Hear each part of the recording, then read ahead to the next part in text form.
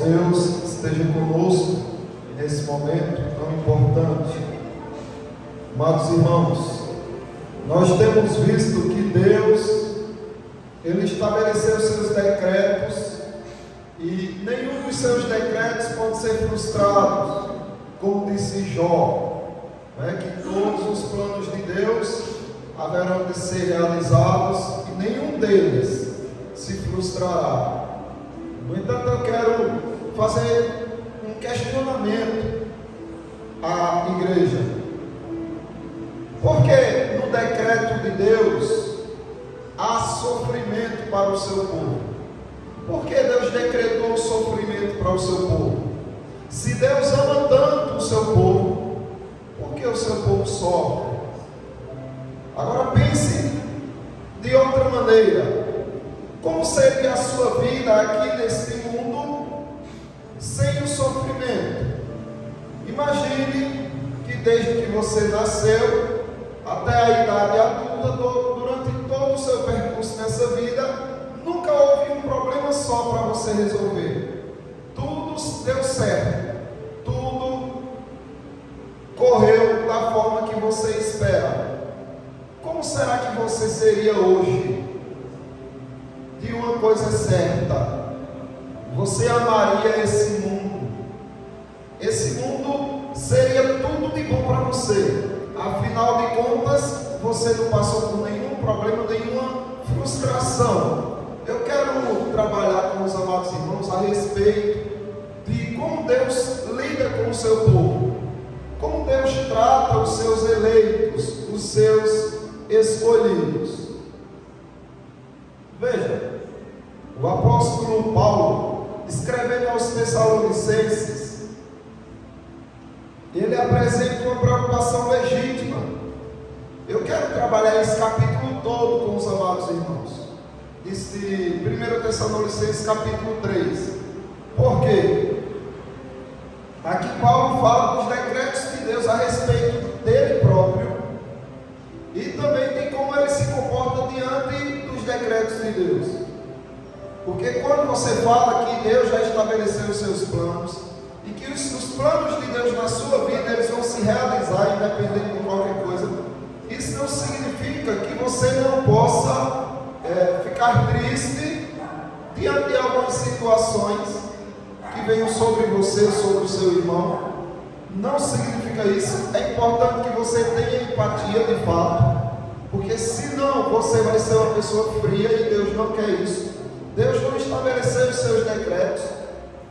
Os planos dele na sua vida são garantidos, mas isso não é para que você seja uma pessoa fria, uma pessoa sem sentimentos, que simplesmente diz, não, é decreto de Deus, então nem sentimentos eu vou ter, de forma alguma. Observe aqui o que Paulo diz no versículo 1 e 2. Pelo que, não podendo suportar mais o cuidado por vós, pareceu-nos bem ficar sozinhos em Atenas.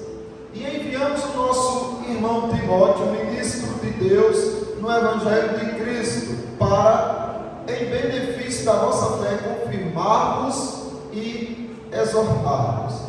Então, o que Paulo está dizendo é o seguinte: olha, a gente queria muito e precisava da presença de Timóteo conosco, só que a gente estava preocupado. Então a gente estava triste, preocupado em como vocês estavam lidando com as situações na vida de vocês. Então pareceu bem a nós enviar Timóteo para que a fé de vocês fosse confirmada e para que a gente pudesse exortar vocês em algumas coisas. O apóstolo Paulo aqui está deixando claro que é dever do cristão ter empatia, se preocupar com o sofrimento do nosso irmão. É importante isso. Ah, mas Deus não decretou aquele sofrimento? Sim, decretou. Agora o que Ele quer de você é que você sinta a dor daquele irmão. Você seja compassivo. Como Cristo foi compassivo com sua dor, desceu para sofrer no teu lugar. Você precisa ser também empático com o seu irmão. E não é isso que ele também diz aos Romanos, capítulo 12, versículo 15: alegrai-vos com os que se alegram e chorai com os que choram. Então é dever do cristão ter segurança na ação soberana de Deus, no cuidado de Deus, nos decretos de Deus para a sua vida. É dever do cristão descansar nisso. Mas à medida que você percebe que alguém sofre, você também tem que sentir aquele sofrimento e acolher aquele irmão e ajudar aquele irmão. Porque além do decreto de Deus específico para aquele irmão ser um decreto que o traga sofrimento, é um decreto também que faz com que você tenha a oportunidade de acolher e de chorar junto com aquele irmão. Então, à medida que você responde ao sofrimento do seu irmão, você pode ser ou não abençoado. Veja só o que diz também no versículo 3 de 1 Tessalonicenses capítulo 3: a fim de que ninguém se inquiete com estas tribulações, porque vós mesmos sabeis que estamos designados para isto. Aqui está o decreto de Deus puro a respeito de Paulo. Se você é designado para alguma função, então você não pode fugir dela. Se você trabalha para alguém e o seu patrão diz: olha, sua função é colocar os preços disso aqui, você foi designado para aquilo e você tem que cumprir aquilo, porque senão você será reprovado, você poderá até ser demitido. Com Deus é diferente. Quando é o decreto dele, a vontade dele decretiva, você não tem nem como dizer não, a coisa vai acontecer. É o que Paulo está dizendo: olha, eu não quero que vocês se inquietem com estas tribulações. Nós estamos passando por tribulações, mas eu não quero que vocês fiquem inquietos com isso. Por quê? Porque vocês sabem que nós fomos designados para isso. Nós fomos designados ao sofrimento. Então não fique inquieto não. Vamos confiar no que Deus está fazendo nas nossas vidas. E veja só, se não é assim, Deus age dessa forma. Ele prova os corações. Como é que o coração é provado por Deus? Ele é provado por Deus de duas maneiras. Na prosperidade e na adversidade. Quando Deus te dá riqueza, prosperidade, saúde, vigor, Ele está provando se você o ama, mesmo não faltando nada para você. Se você continua firme na igreja, se você continua obedecendo a sua palavra, se você continua seguindo Ele, ou se você diz: não me falta nada, eu vou curtir. Então, a riqueza pode expressar o que tem dentro do teu coração, como também a aflição. A aflição, ela vai espremer o teu coração de tal forma que vai brotar dele aquilo que de fato você é. Porque muitas pessoas vivem de aparência, vivem de querer aparentar ao mundo que são uma coisa, aparentar para os irmãos que são uma coisa, mas lá no coração eles são completamente diferentes. Jesus Cristo já se deparou com muitos desses. Jesus Cristo disse: olha, esse povo, eles me honram com os lábios, mas o coração deles está longe de mim. Então Jesus Cristo sondava o coração, via o que tinha lá dentro, mas só Deus consegue fazer isso. Agora vocês também podem saber o que tem dentro do coração de vocês e o que tem dentro do coração dos irmãos quando a aflição chegar.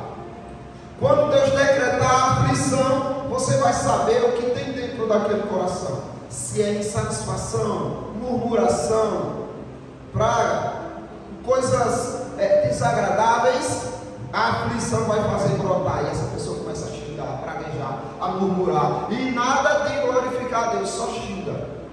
Agora, se essa pessoa no coração tem amor, temor diante de Deus, quando ela for espremida, ela dirá: o Senhor me deu, o Senhor tirou. Bendito seja o nome do Senhor. Então, Deus, Ele nos prova na aflição. E o apóstolo Paulo queria que aqueles irmãos entendessem isso. Olha, vocês sabem que a gente foi designado para isso. Por que entrar em desespero? Veja o que Deus diz pelo profeta Jeremias, capítulo 20, versículo 12. Tu, pois, ó Senhor dos exércitos, que provas os justos e esquadrinhas os afetos e o coração. Ó, pois, Senhor dos exércitos, que provas o justo e esquadrinhas os afetos do coração. Ele prova o seu povo. Infelizmente o seu povo esquece disso e acha que o sofrimento que estão se deparando é fruto do acaso, é fruto de Satanás, é fruto de um monte de coisa, menos de um plano superior aos planos dos homens, aos planos do diabo. Eles não conseguem parar para pensar: será que Deus está me provando para saber o que tem dentro de mim? Se é confiança ou revolta? Veja bem, o que ele diz ao povo de Israel, preste bem atenção nisso, porque ele continua agindo da mesma forma, para saber o que tem dentro do seu coração. Deuteronômio, capítulo 8, versículo 2 diz assim: recordar-te-ás de todo o caminho pelo qual o Senhor, teu Deus, te guiou no deserto estes 40 anos. Para quê? Por que Deus fez eles andarem 40 anos se eles podiam ter entrado logo na terra prometida? Para te provar, para saber o que estava no teu coração, se guardarias ou não os seus mandamentos. Como é que Deus vai saber se você é fiel a Ele? Tirando aquilo que você se apoia, tirando aquilo que você olha e diz: nossa, sem isso eu não sobrevivo. E Deus tira muitas vezes, e Deus aperta muitas vezes, para que você responda a Ele. E à medida que você responde, aí vai mostrar o que tem dentro do seu coração, se é rebelião ou se é devoção. Então veja só, decretos de aflição era o que Paulo tinha sobre a vida dele. Mas era só aflição? Não, ele também tinha momentos agradáveis, é lógico, mas ele reconhecia que Deus decretou aquele momento difícil para ele. E se ele vai bendizer ao Senhor nos momentos agradáveis, por que ele não ia bendizer ao Senhor nos momentos de aflição, nos momentos difíceis? Isso é servir a Deus, isso é amar a Deus e não o mundo. Veja o que ele diz no versículo 4: pois, quando ainda estávamos convosco, predissemos que íamos ser afligidos. O que ele está dizendo aqui é: profetizamos que nós iríamos ser afligidos. Vocês não são inocentes, vocês ouviram de nós que isso ia acontecer, e que de fato aconteceu, e é do vosso conhecimento. Então aqui você vê um decreto de aflição para a vida de Paulo, que veio de Deus. E Paulo não negou aos irmãos. Paulo disse: olha, o Senhor revelou para mim que nós vamos passar por aflição. Se você for para Atos 20, você vai observar que o apóstolo Paulo lá, ele diz: olha, eu não sei de nada a respeito do futuro de minha vida, a não ser que o Espírito Santo me garante que de cidade em cidade o que me espera é cadeias e tribulações. Então observe, Paulo ia murmurar por causa disso? Não.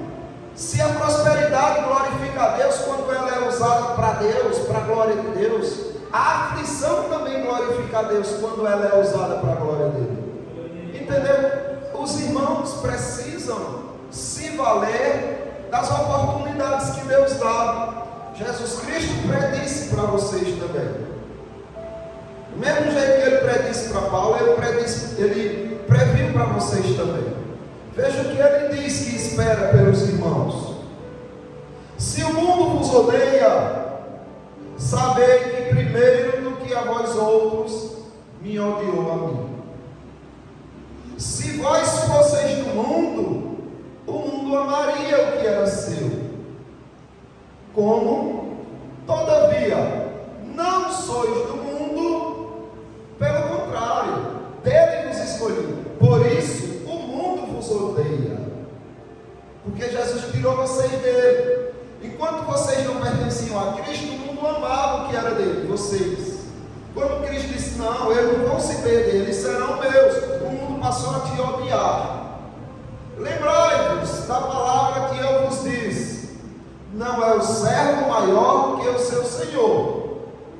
Veja bem, Jesus Cristo como Senhor veio à terra, se encarnou e sofreu neste mundo.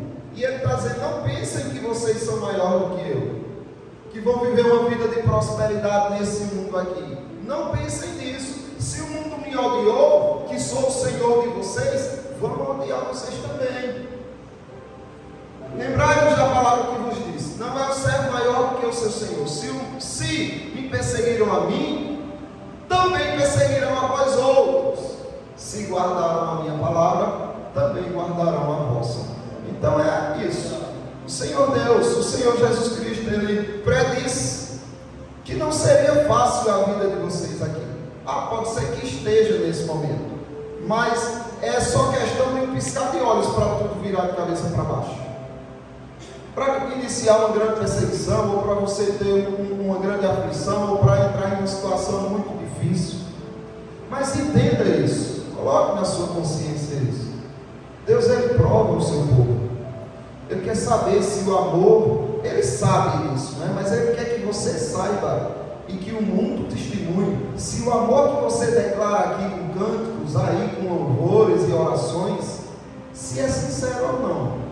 Só tem uma forma de saber: se Ele provar, certo? Então veja só o que Jesus Cristo ainda diz: estas coisas vos tenho dito para que tenhais paz em mim. Veja que a paz de Jesus Cristo, ela não depende das coisas, ela não depende das circunstâncias, ela só depende de uma relação íntima entre o que crê e Ele. Aí Ele diz: no mundo passais por aflição, mas tende bom ânimo, eu venci o mundo. Então não é que você não vai passar por aflição, você vai, e é preciso. Senão, você se apegaria de tal forma com esse mundo, que você pensaria 10% em Jesus Cristo, viveria 10% para Ele e 90% para o mundo. A aflição é a forma de Deus gritar para você, dizendo: olha, está vendo que teu lugar não é esse? Vai para a Escritura e vê onde é o teu lugar, vê o que te aguarda e aonde você de fato vai ser rico e ter prosperidade. Porque essa prosperidade e essa riqueza daqui é ilusão. Ela só engana, ela só deixa você anestesiado. Se você não tiver temor de Deus, você se afasta dele. Então, Jesus Cristo, Ele também disse o seguinte: eis que eu vos envio como ovelhas para onde? Ao meio de lobos. Imagine uma ovelha perdida, sozinha, no meio de lobos.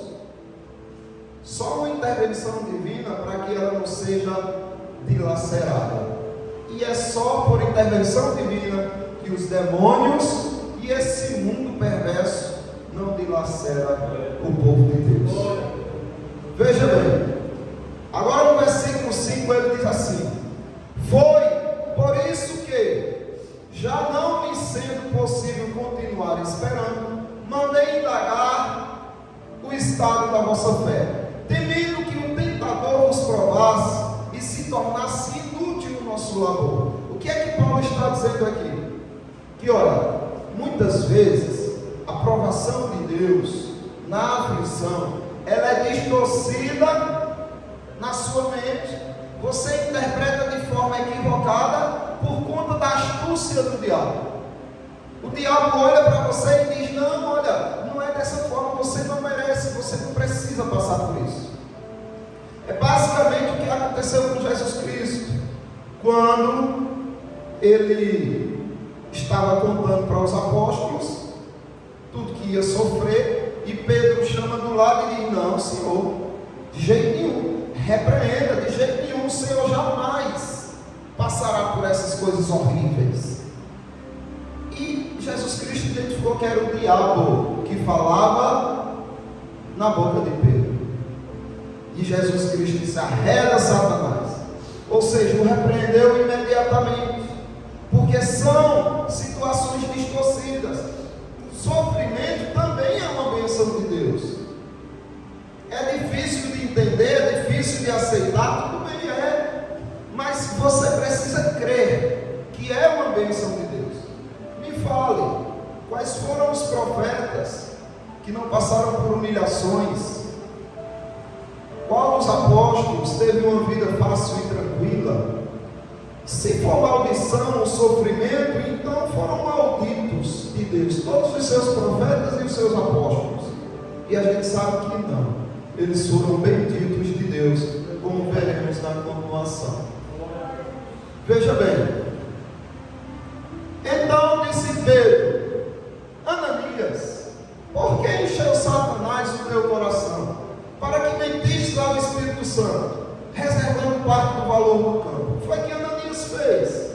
Viu que pessoas estavam doando suas propriedades por causa de uma grande fome e de perseguição que estava sobre a igreja, irmãos ficando totalmente abandonados e desamparados, e eles disseram: não, eu tenho 2 propriedades, toma aqui e dá aos apóstolos. Ananias e Safira combinaram de fazer o seguinte: não, tudo bem, a gente não pode se omitir dessa ajuda, e também acho que fica feio para a gente dar uma parte do nosso terreno que a gente vender. A gente vende o terreno por um preço, pega a metade e diz que foi por esse valor que a gente vendeu o terreno, mas aí Deus sabia disso. Mas observe quem entrou. Pedro identificou que foi Satanás que distorceu tudo aquilo. Aquela situação era um decreto de Deus, até para dar oportunidade aos irmãos de socorrerem uns aos outros. Ananias não viu isso como uma oportunidade, mas viu isso como algo que ele poderia mostrar uma bondade hipócrita. E aí morreu imediatamente, fulminado pelo Espírito Santo, ele e a esposa. Mas por quê? Porque havia um decreto. Ele olhou aquela situação que era decreto de Deus e disse: eu posso me apropriar, eu posso me aproveitar disso. E quantas vezes o crente não usa de forma indevida, tem atitudes de forma desonrosa perante os decretos de Deus? Olha aqui que Jesus Cristo disse. Jesus, porém, voltou-se e fitando os seus discípulos, Pedro falou, mas ele fitou os discípulos e repreendeu Pedro e disse: arreda, Satanás, porque não cogitas das coisas de Deus, e sim dos homens. Marcos 8:33. Veja, o diabo perverteu na mente de Pedro o decreto de Deus, de que Jesus Cristo teria que sofrer aquilo, sim. E essa perversão manifestou qual é o interesse do diabo. O interesse do diabo não é que você faça a vontade dele, não. O interesse do diabo é que você faça a tua própria vontade.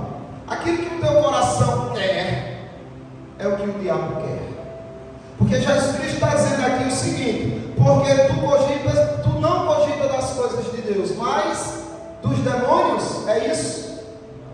Não, você cogita das coisas dos homens, porque ele quer te ganhar, e ele vai te ganhar pelo teu coração. Aquilo que o teu coração mais ama, ele vai te oferecer, distorcendo justamente nas horas mais difíceis os decretos de Deus. E aí ele continua no versículo 6.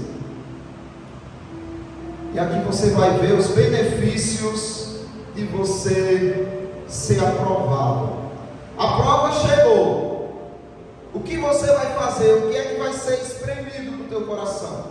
Você vai tirar o que é do coração diante de uma situação difícil.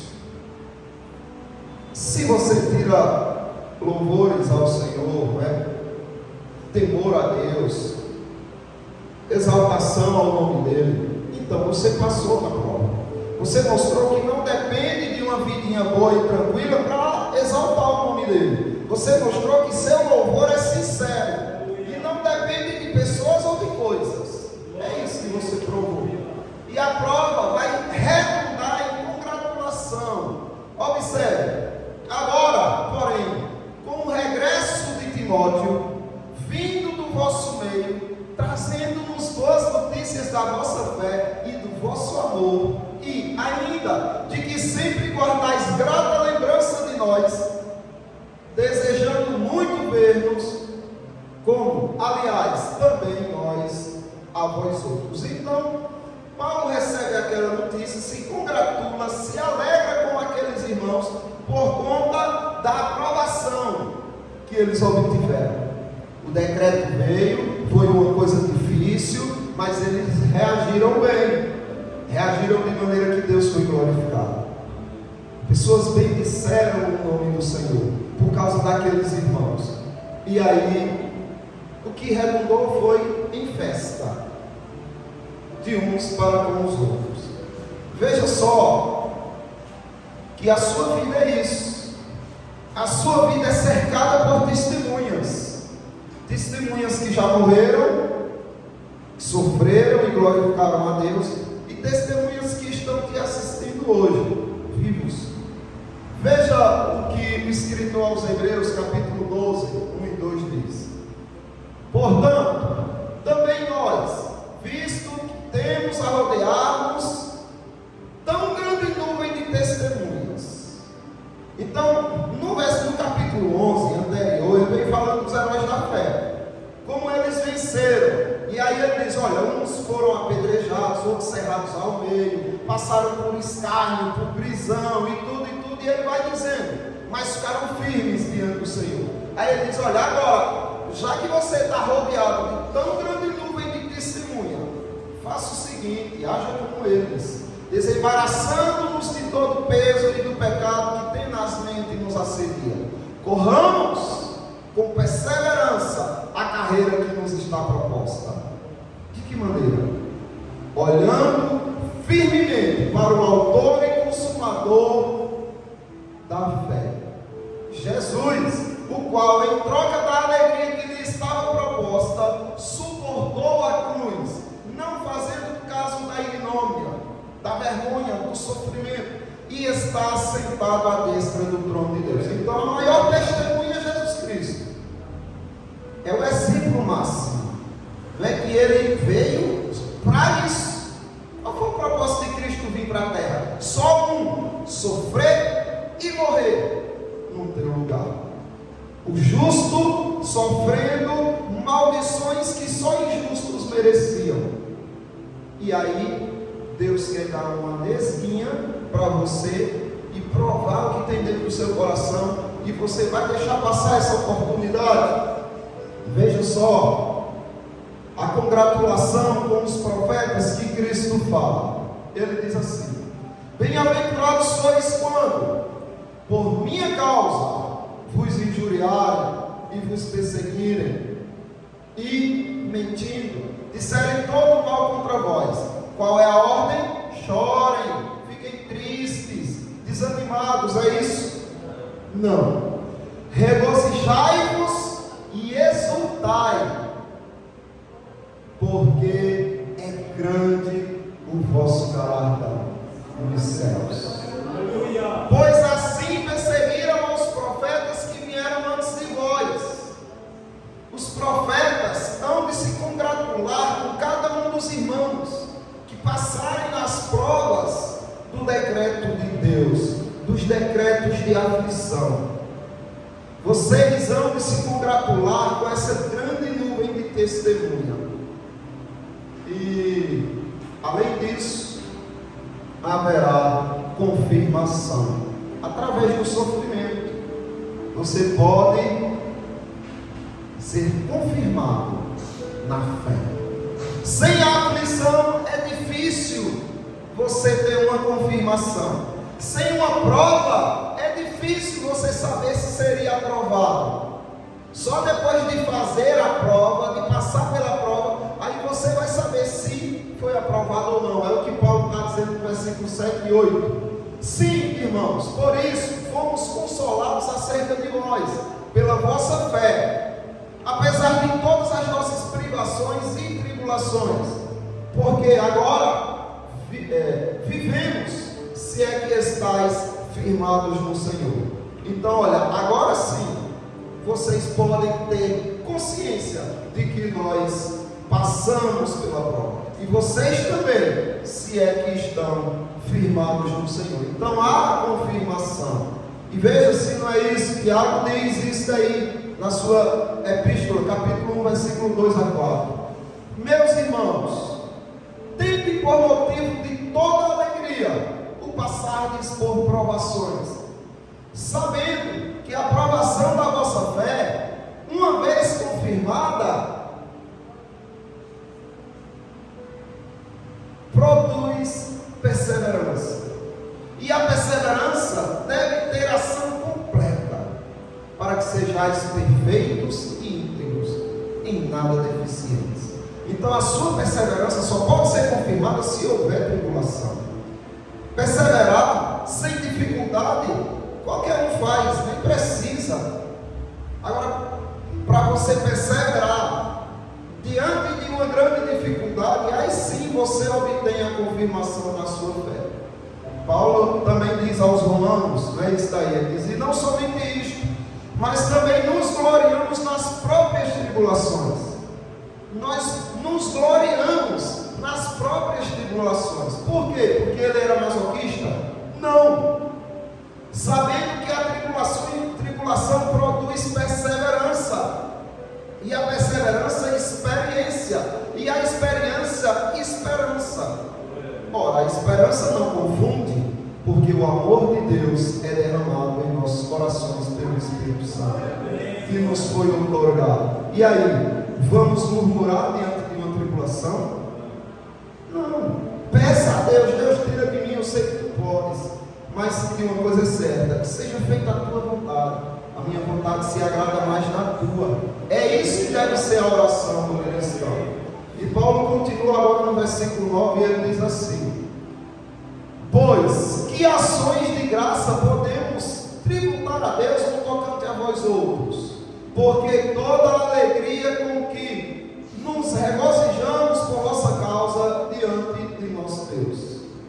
Por toda a alegria com que nos regozijamos por vossa causa diante de Deus. Olha os benefícios da tribulação. Regozijo mútuo, né? Você pode se alegrar com o seu irmão que passou na prova. O seu irmão pode se alegrar com você que passou na prova. Irmão, que coisa bonita, você ficou firme, mesmo diante de tanta oposição, rejeição, abandono, perseguição. Que bênção! E aí haverá regozijo mútuo entre os irmãos. Capítulo 1, versículo 6 a 9, fala disso, sobre os Tessalonicenses. Ele diz assim: com efeito, vos tornastes imitadores nossos e do Senhor, tendo recebido a palavra, posto que em meio de muita tribulação, veja como eles receberam a palavra, com a alegria do Espírito Santo, de sorte que vos tornastes um modelo para todos os crentes da Macedônia e na Acaia. Por que eles se tornaram modelos? Porque eles passaram pelo vale da sombra da morte, firmes no Senhor. E os irmãos que souberam disso disseram: nossa, que igreja modelo, vamos ser igual a eles. A aprovação faz com que você tenha regozijo mútuo. No versículo 10, o apóstolo Paulo diz: orando noite e dia com o máximo empenho, para vos ver pessoalmente e reparar as deficiências da vossa fé. Aí tem aquela: meu Deus, eu não passei pela provação e agora eu vou ser rejeitado por Deus. Não é isso. Você também, mesmo vacilando, deu oportunidade para os irmãos observarem aonde está deficiente a sua fé.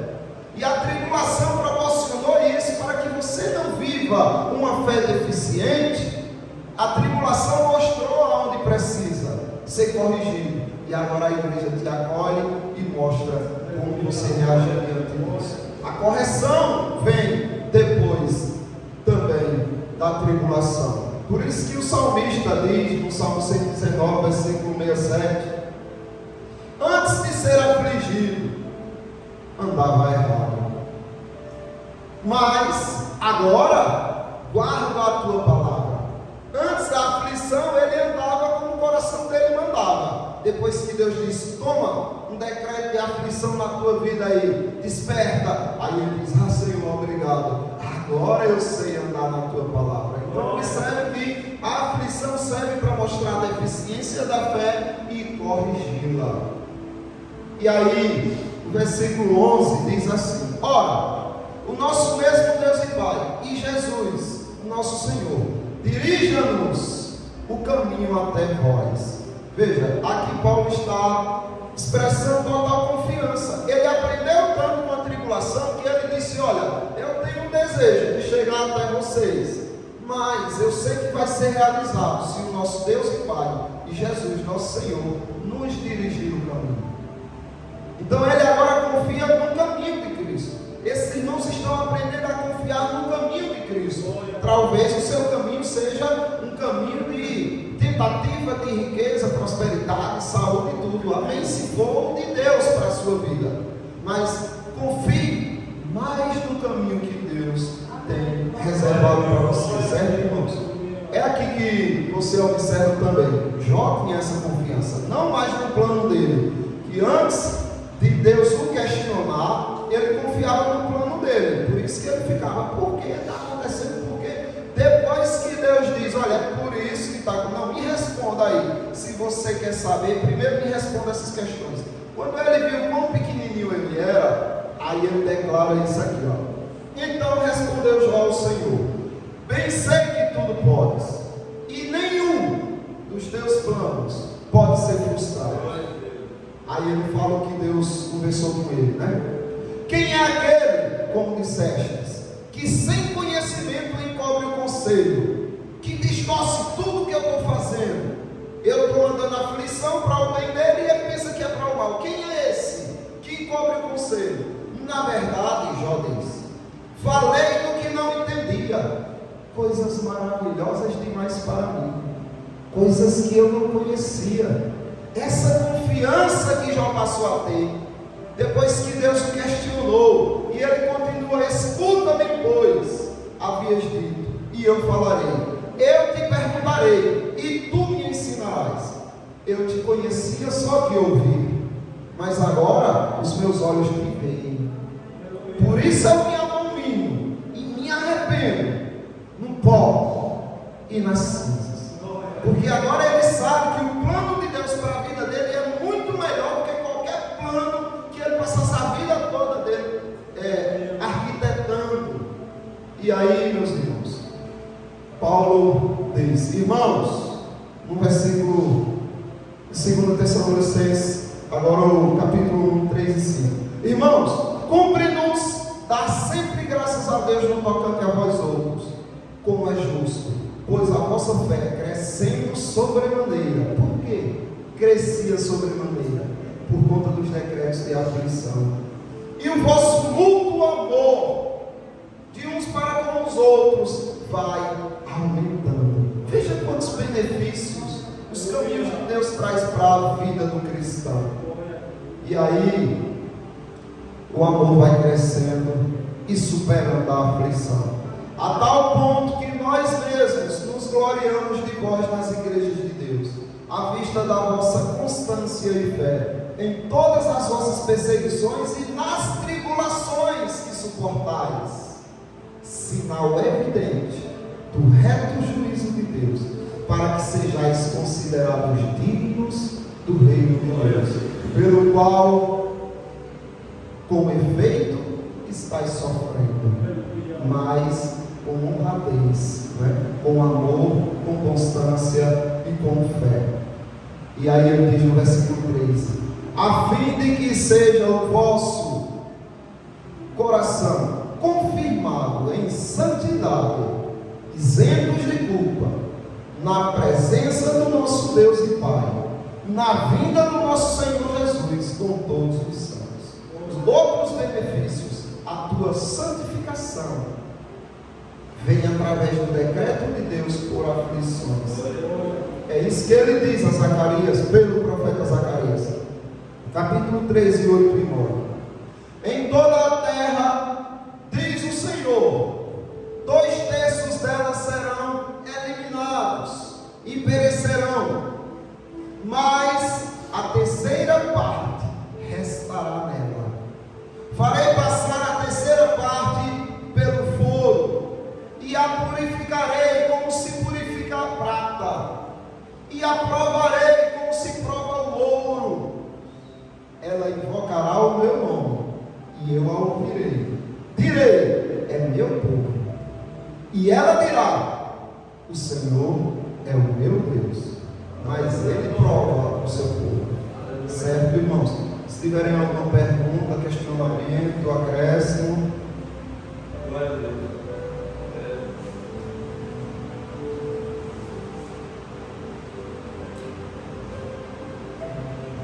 Glória a Deus. A respeito da aflição e tribulação, que Paulo declara, numa viagem que Paulo fez, está escrito em Atos, capítulo 21, a partir do versículo 8. No dia seguinte, partindo dali Paulo, e nós com ele estávamos.